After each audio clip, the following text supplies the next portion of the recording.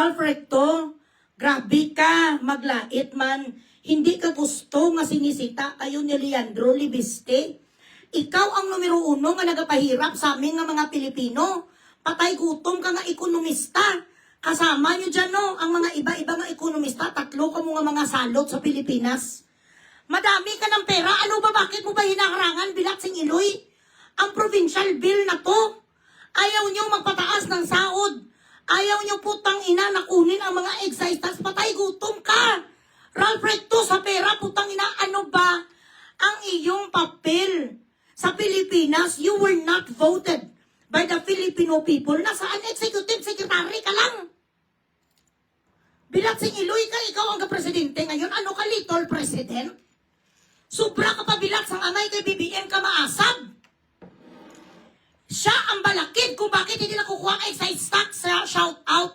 Recto, totoo ba Recto na meron ka sang mga anak sa labas? Ako'y nagtatanong lamang po, I don't know. Pero meron dito nga taga-government nyo. Office of the Governor's Office at mga kasamahan mo noon sa Senado.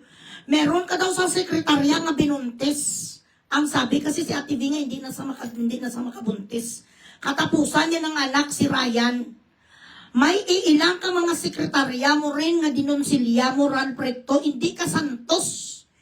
Ang sabi ni Ate V, ang itsura ito ng asawa ko magnanakaw ay hindi na Ate, didn't you know? Lucifer was once an angel.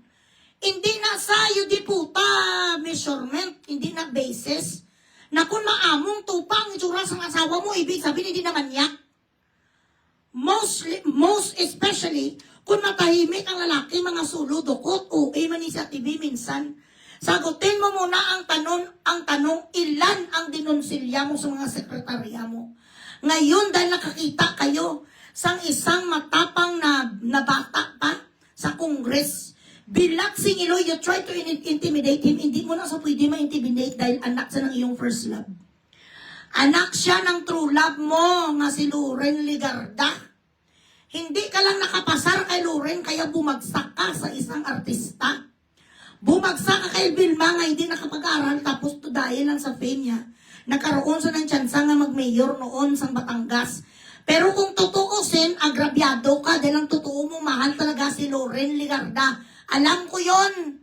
Dahil isa sa mga closest friends nyo, kaibigan ko din. Huwag kang ano.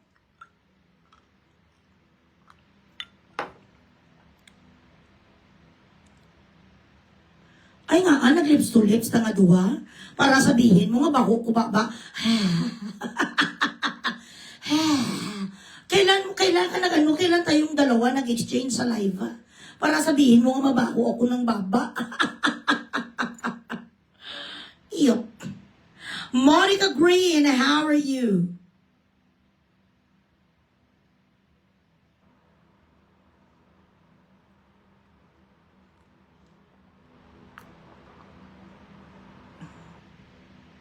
Oo, chupapils is ang ginagamit ko. No, hindi nawawala talaga si chupapils, guys. Look at this. Island Gay, laki-lakihan mo naman, Island Gay, ang 20 stars. Huwag naman ganun. Share the live, guys. Ano naman? Katumal, di puta. Sang stars, wala ko gana. Mother's Day, di puta, wala. Wala sang stars, ano ni nga klase audience ni man? O Perla, o ginsendanta na kada sang Happy Mother's Day for you.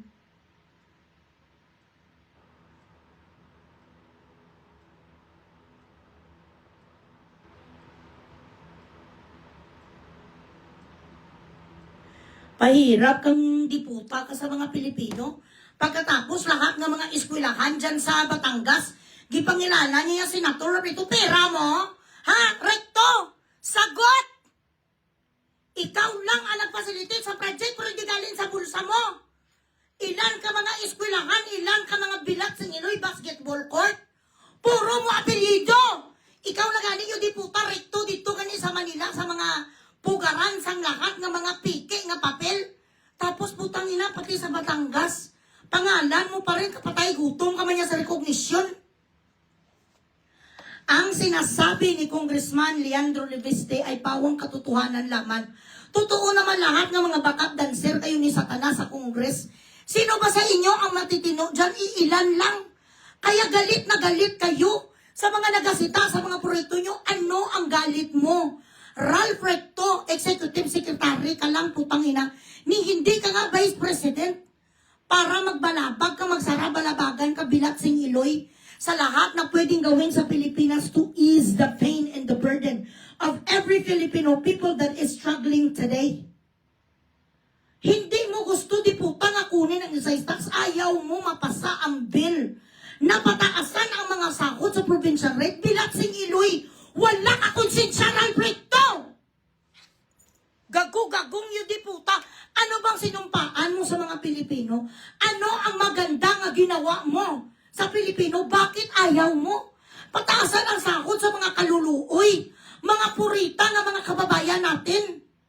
You are siding with the business people. Instead of bayan mo na, ang kapakanan mo, self-centered ka. You were not voted by the public for you to play God today. Nagpi-play God ka, lahat na lang ang naririnig namin si CES. Si Executive Secretary ayaw palusutin ang provincial bill. Ayaw palusutin ang pagtaas ng diputang ng provincial rate. Ano ang mabibili mo ngayon, sir? Sa 400 pesos minimum wage sa mga Iloilo City, sa mga Tugigaraw, sa mga Tawi-Tawi, kahit nga tsupa, sir, ngayon ang minimum 1,000. Magpakuha ka lang ngayon, ihudi puta ka sa mga similya mo sa tarugo mo, sa titi mo, sir, magpamasahi ka ngayon, minimum 1,000. Ang mga pukpok ngayon, putang ina, Jaculin ka lang nila ngayon, sir, 1,000 minimum. Tapos itong mga security guard, mga sales lady, mga cashier, mga nagtatrabaho, yung diputa sa mga malls, ang minimum 400, Bilatsing Iloy, magkano pa masahe, balikan?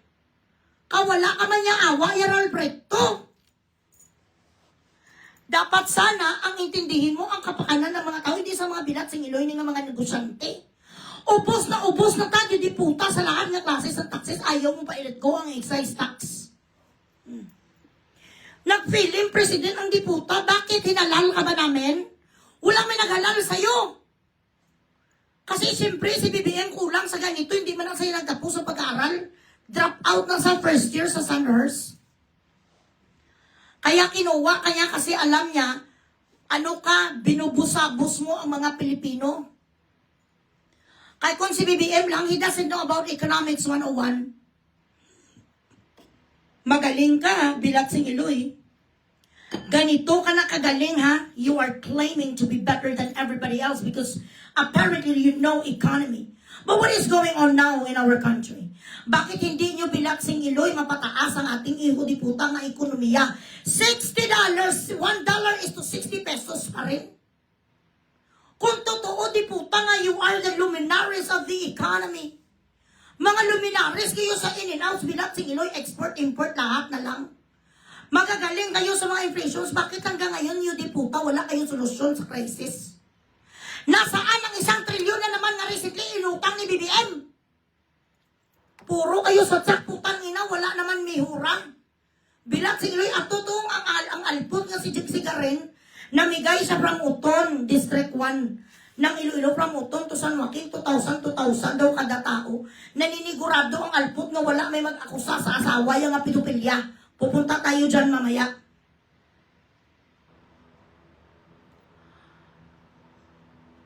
Wala ka pakialam, Ann Garcia, alpot. Ikaw ba ang mahimatay, gaga?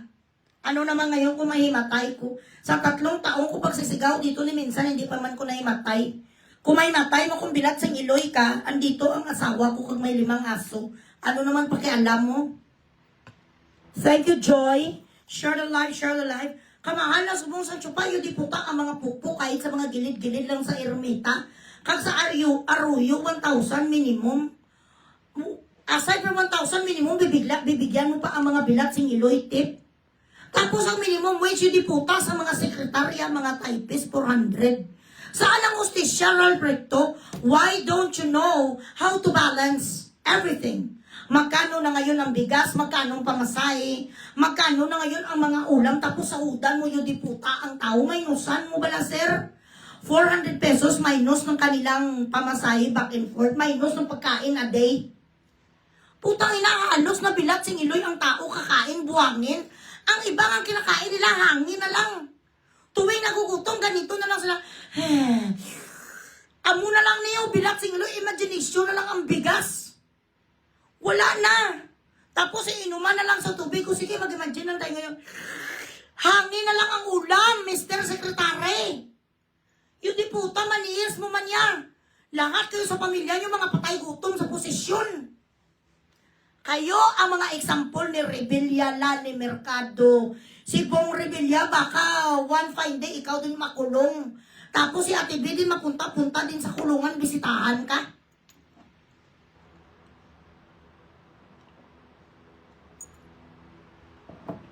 Ang ibang mga mahihirap ngayon sa lansangan, imagine na lang, sa labas ng Jollibee, nagatingin-tingin na lang sila doon sa Galapur, sa fried chicken. Tapos hangin na lang ang nilalamo nila. Tubig. Hindi na nila kayang bumili, sir, kahit white rabbit, bilat sing iloy.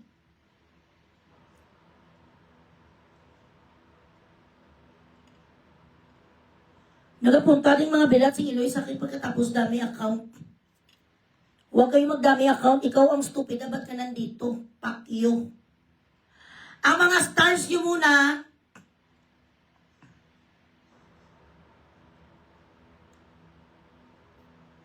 kapunta dito tapos magamit dami account, you're fucking stupid. You don't like me but you're still here, you think your bashing is gonna affect my fucking views and my fucking income? Alang-alang, ikaw ang limusan, ang bilat sing iloy mo ka nga, Noel ka. Ano pangalan niya ni?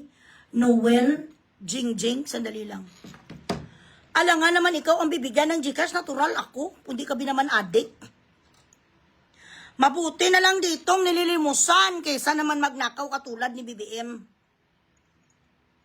Share the live, share the live.